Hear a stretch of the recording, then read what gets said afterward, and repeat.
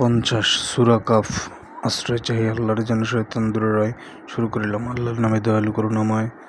Calf হরফের অর্থ কেবল আল্লাহই অবহিত।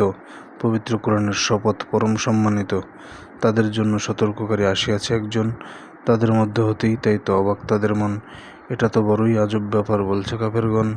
আমরা যখন মরে গিয়ে হব মাটিতেই পরিণত, পুনর্জীবন দেওয়া হবে নাকি সে সুদূর পরাহত। মাটি তাহাদের কতটুকু ক্ষয় করে তা তো আমি জানি।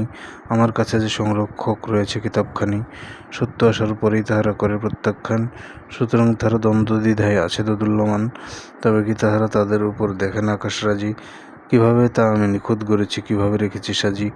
জমিনকে বিস্তীর্ণ করেছি, পাহাড়কে রেখেছি তাই, আর তাতে সব নয়নাভিরাম উদ্ভিদ জন্মায়, যাতে স্রষ্টানুরাগী বান্দারা জ্ঞান উপদেশ পায়। তাতে বর্ষণ করি কল্যাণকর বৃষ্টি আকাশ থেকে, তাতে জন্মায় উদ্যান আর শস্য যা পায় পেকে। বর্ষণ করি কল্যাণকর বৃষ্টি আকাশ থেকে, তাতে জন্মায় শস্য উদ্যান আর শস্য যা যায় পেকে। উচ্চ খেজুর বৃক্ষ যারায় গুচ্ছ খেজুরে ঢেকে। আমার সকল বান্দাগণের জীবিকা স্বরূপ, আর সে পানির দ্বারা শুষ্ক মাটিকে জাগায় পুনর্বার। এভাবেই হবে পুনরুত্থান, নমুনায় সব তার। তাদের আগেও নূহের কসম ও রাস ও সামুদ জাতি প্রত্যাখ্যান করেছিল সেই সত্য নূরের বাতি। আদ জাতি আর ফেরাউন আর লুতের সম্প্রদায়, আয়কাবাসী ও তুব্বা জাতীয় এমনই করেছে হায়। রাসূলগণকে মিথ্যা বলেছে, করিয়াছে উপহাস, পরিণামে তার শাস্তি আমার করেছে তাদের গ্রাস। আমি কি ক্লান্ত হয়ে গেছি নাকি প্রথম সৃষ্টি করে? না, বরং তারা পুনরুত্থানে সংশয়ে আছে পড়ে। আমি মানুষ সৃষ্টি করেছি, জানি তার অন্তরে কি যে কল্পনা, কি কুমন্ত্রণা নিভৃতে খেলা করে। আর আমি তার গ্রীবা শিরার চেয়েও নিকটবর্তী তার।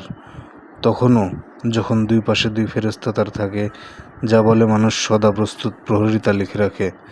মৃত্যুবেদনা আসবেই যেন যা থেকে চাইতে ত্রাণ। মৃত্যুবেদনা আসবেই যেন যা থেকে চাইতে ত্রাণ। সিংহা বাজিবে যেদিনের কথা, করা হতো সাবধান। হাসরের মাঠে প্রতিটি মানুষ আসবে সেদিন, আর চালক এবং সাক্ষী দুজন সঙ্গে থাকবে তার।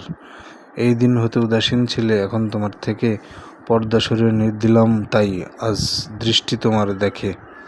এই দিন হতে উদাসীন ছিলে, এখন তোমার থেকে পর্দা সরিয়ে দিলাম তাই আজ দৃষ্টি তোমার দেখে।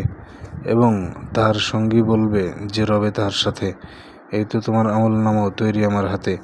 আদেশ হইবে প্রত্যেক ঘোর কাফেরকে আজ ধরে, তোমরা দুজন নিক্ষেপ করো জাহান্নামের ঘরে।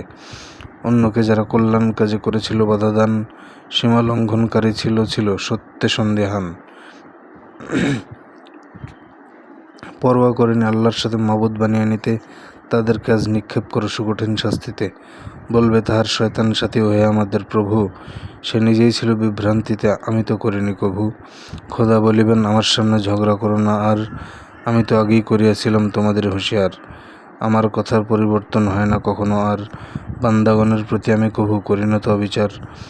আমি জিজ্ঞেস করব সেদিন জাহান্নামের কাছে, ভরিয়া গেছ কি? বলবে সে, প্রভু অপরাধী আরও আছে। কাছে এনে দেওয়া হবে জান্নাত মুত্তাকিদের তরে, রবে না মোটেও দূরে। বলা হবে তোমাদের এরই কথা দেয়া হয়েছিল ওরে, আল্লাহমুখী সকল আত্মরক্ষাকারীদের তরে। না দেখেই যারা করে যায় ভয় দয়াময় আল্লাহকে, আল্লাহমুখী অন্তর নিয়ে হাজির হইয়া থাকে। বলা হবে এতে শান্তির সাথে তোমরা প্রবেশ করো, ইহা অনন্ত জীবনের দিন, এখানে নিবাস গড়ো। তারা যাহা চাবে তাহা পাবে সেথা, আর আমার নিকট আরও বেশি আছে তার। তাদের আগেও কত না জাতিকে ধ্বংস করেছি আমি, যারা নাকি ছিল তাদের চেয়েও শক্তিশালী ও দামি। নগরে নগরে দেশে দেশে ঘুরে বেড়াত তাদের দল, শেষে তাহাদের ছিল কি কোথাও কোনো পলায়নস্থল? নিশ্চয়ই এর মধ্যে রয়েছে তার তরে উপদেশ, যে হৃদয়বান, যে শ্রবণ করে করিয়া মনোনিবেশ। আমি 6 দিনে আকাশ মাটি ও মাঝখানে সব কিছু সৃষ্টি করেছি, ক্লান্তি মোটেও ধরেনি আমার পিছু। তাদের কথায় হে রাসূল তুমি ধৈর্য ধারণ করো, তাদের কথায় হে রাসূল তুমি ধৈর্য ধারণ করো। সূর্যোদয় আর সূর্যাস্তের পূর্বে নামাজ পড়ো, আর রাতেও খোদার প্রশংসা গাও পরে সিজদার। মন দিয়ে তাই শোনো, কাছে থেকে ডাক হাঁকবে যেদিন আহ্বানকারী কোনো। সেদিন মানুষ সত্যি সত্যি শুনবে সে গর্জন, কবর হইতে বাহির হওয়ার সেটাই তো দিনক্ষণ। জীবন এবং মৃত্যু আমি দান করি নিশ্চিত, সব কিছু তাই আমার দিকেই হইবে আবর্তিত। জীবন এবং মৃত্যু আমি দান করে নিশ্চিত, সব কিছু তাই আমার দিকেই হইবে আবর্তিত। যেদিন তাদের উপর হইতে সরে যাবে মাটি, আর দ্রুত মানুষেরা বেরিয়ে আসবে গোর থেকে যার যার, এই সমাবেশ আমার পক্ষে অতি সহজ ব্যাপার। উহারা যা বলে আমি সব জানি হে রাসূল ভালোভাবে, তাদের উপর জবরদস্তি কেন বা করতে যাবে? যাহারা আমাকে এবং আমার শাস্তিকে ভয় করে, কোরআনের দ্বারা তুমি উপদেশ শোনাও তাদের তরে।